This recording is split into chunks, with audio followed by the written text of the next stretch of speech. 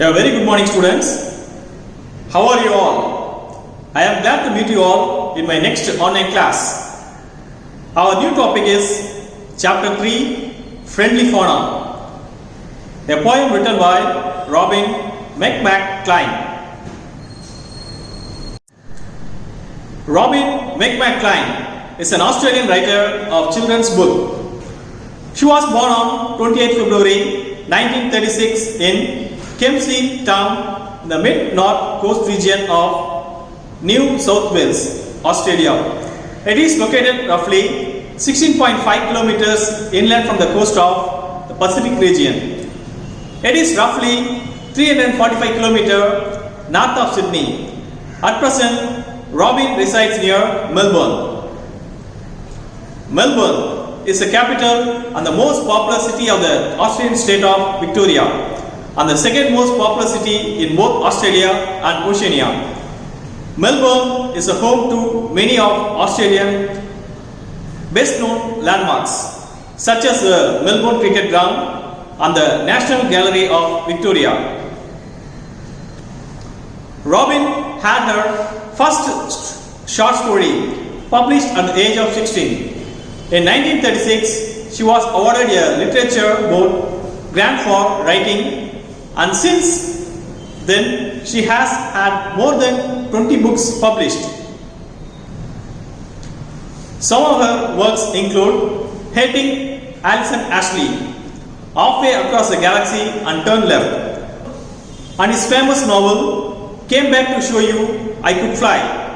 This novel have won a Human Rights Award for Literature in 1989.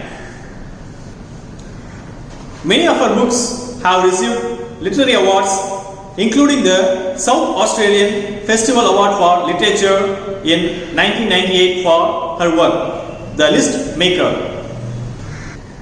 Friendly Fauna is a beautiful poem that was sung by the poet to express the marvelous nature of her country, Australia. Australia, officially the Commonwealth of Australia, is a sovereign country comprising the mainland of the Australian continent, the island of Tasmania, and numerous smaller islands. Until the early 10th century, Australia was best known as New Holland. It is the largest country in Oceania and the world's sixth largest country. Australia is highly urbanized and heavily concentrated on the eastern seaboard. Canberra is the nation's capital, while the largest city is Sydney, and the major metropolitan areas are Melbourne, Brisbane, Perth, and Adelaide. Australia is the oldest, flattest, and driest inhabited continent with the least fertile soils. It has a wide variety of landscapes and climates, with deserts in the center, tropical rainforest in the northeast, and mountain ranges in the southeast. Australia is a highly developed country with the world's 12th largest economy. It has the world's 13th highest military expenditure. It ranks highly in quality of life, health, education, economic freedom, civil liberties, and political rights. Much of Australia's biota is unique. About 85% of flowering plants, 84% of mammals, more than 45% of birds, and 89% of inshore. Temperate zone fish are endemic. Australia has at least 755 species of reptile, more than any other country in the world. Endemic means the organism living in particular area is known as endemic. Biota means living organism. Australian animals include platypus, echidna, kangaroo, koala, and wombat, and birds such as emu, kookaburra. Australia is a home to many dangerous animals, including some of the most venomous snakes in the world. I shall first tell you the summary of this poem. The poem, written by Robin Klein, describes the poet's wish to live a free life associated with nature. The poet wishes to live with nature, the animals, which is a biological term or known as a fauna, who she compares with human to show the flaw of nature. The animals live freely without regrets or sorrows. The poet wants to live among animals and experience a life where no one complains and where they are free of sins and sorrows. The poem is all about the variety of animals found in Australia. The poet has given a unique and a beautiful description of some animals which can easily frighten anybody. Some such animals described in the poem are the black snake, red-black spider, blue-ring octopus, and a carnivorous animal that carry the babies in pouches. The writer also talks about a mythical monster. Now shall we visit the Australia through this poem? Are you ready, guys, with your passport? Come, let us travel into Australia. I shall be singing the stanza followed by explanation. Okay? Welcome to Australia. You must come and meet our cuddly native animals, timorous and sweet. This vast and wondrous country where creatures rare abound. Flora and fauna. Flora means plants and fauna means animals. In the first stanza, the poet welcomes us all of his nation, Australia. Have you ever welcomed anybody to your home or function in your life? You might see your parents welcoming some of the neighbors and relatives to your home or to any of your family functions, etc. Like that, the poet is welcoming us all, his nation, Australia. You might have seen advertisement describing and welcoming a particular nation or state. I hope you understand. I shall give you a few samples of those welcome advertisements. Here it goes.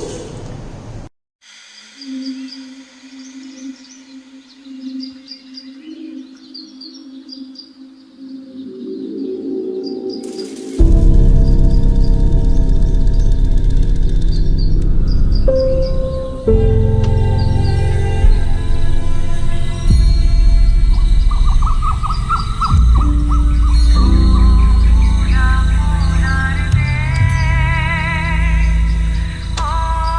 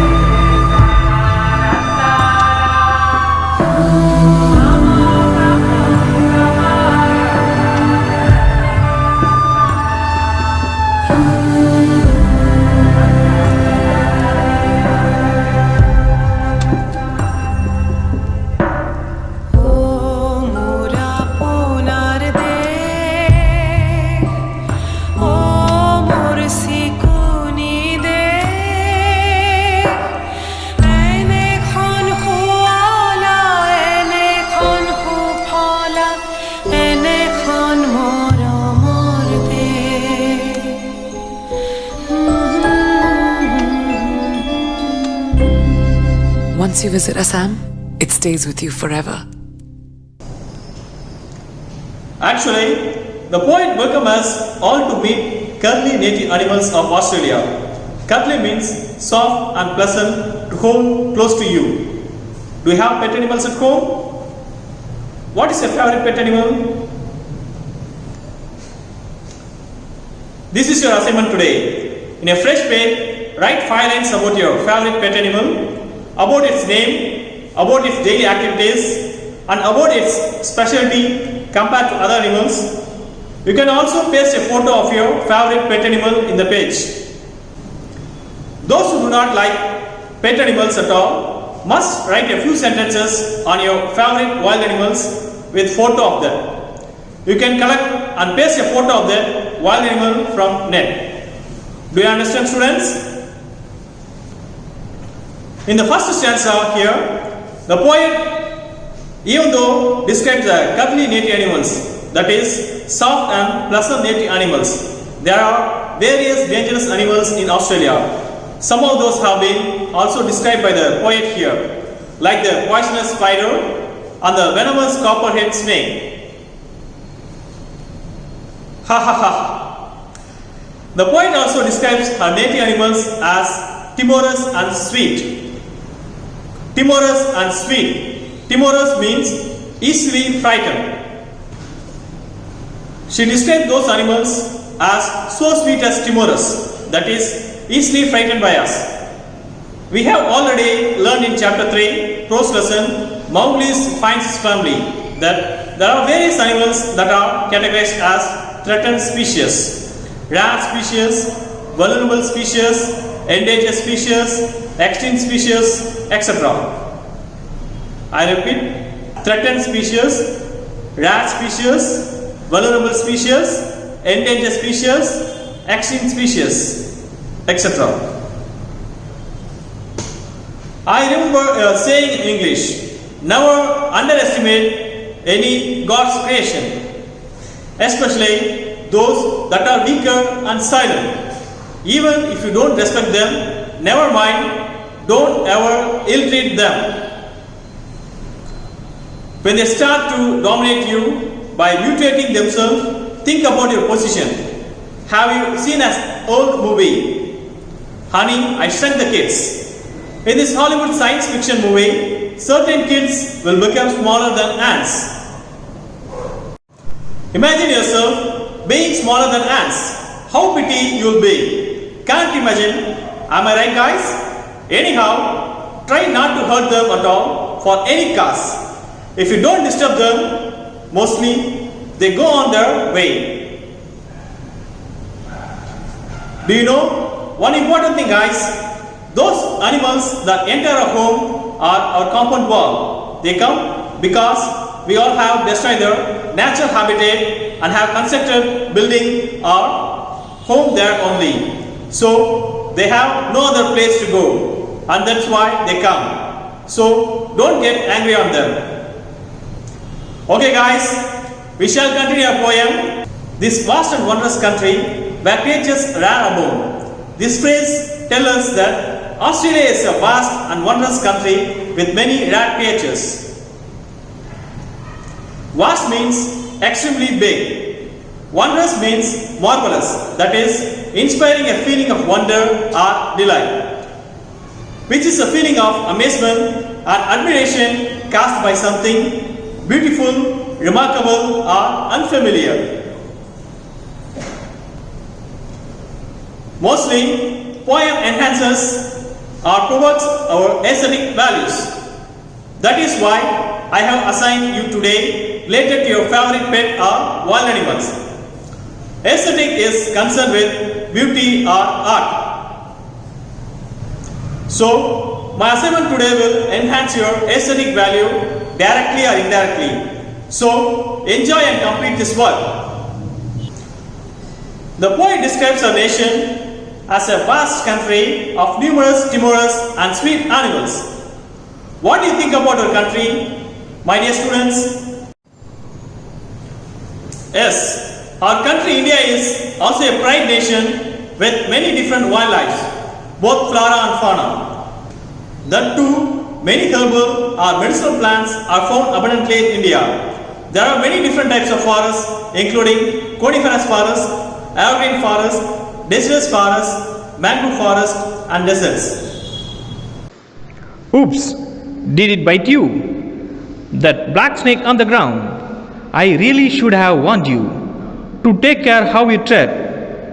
For tied around your other foot, I see a copperhead.